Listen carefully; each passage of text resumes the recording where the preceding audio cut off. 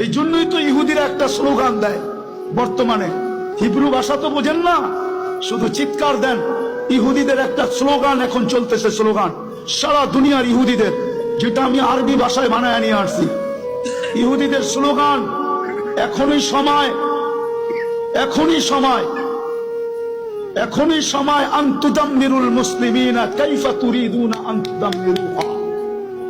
এখনই সুবর্ণ সুযোগ, যেমন মনে চায় মুসলমানদেরকে জমিনের সাথে মিশায়া দাও, এখনই সুযোগ। আপনি বলবেন কেন? ওদের কিতাবে লেখা আছে যেই দিন ফজরের জামাত আর জুমার জামাত মুসলমানের সমান হবে, ওই দিন মুসলমানের বিজয়ের পালা শুরু হবে।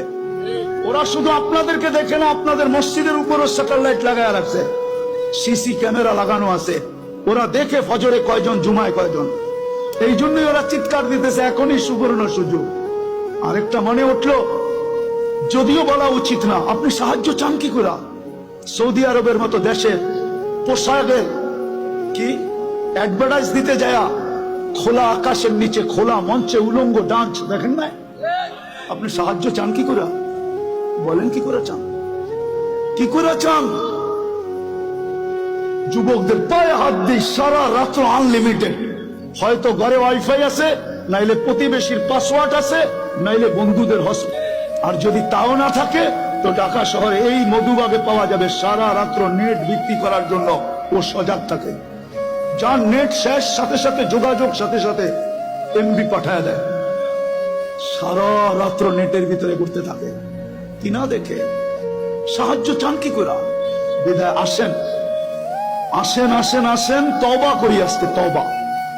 একটাই রাস্তা খোলা আছে উম্মতের সামনে, যদি 200 কোটি উম্মত তওবা করে।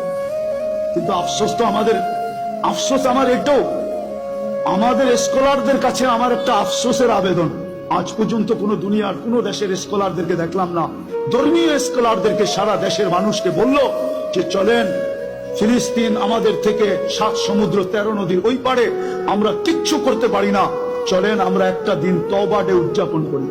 আজকের দিনে আমরা তওবা করব, অথবা আজকের দিনটা আমরা ওদের জন্য রোজা রাইখা ইবাদতের ভিতরে কাটায়া আল্লাহর কাছে মেসেজ দিব, আল্লাহ 7 সমুদ্র 13 নদীর এই পারে আমরা না টাকা পাঠাইতে পারি, না পয়সা পাঠাইতে পারি, না ওদের জন্য কাপড় পাঠাইতে পারি, না খাদ্য পাঠাইতে পারি, আমরা কিছু করার ক্ষমতা রাখি না, আমরা যাইতেও পারবো না। যদিও সমস্ত দেশ অনুমতি দিবে, কিন্তু আপনার প্রতিবেশীর দেশ অনুমতি দিবে না যে আপনি ইসরায়েলে, ফিলিস্তিনে যাবেন ইসরায়েলের বিরুদ্ধে। আপনার প্রতিবেশী দেশ আপনাকে অনুমতি দিবে না, না, না, না, না।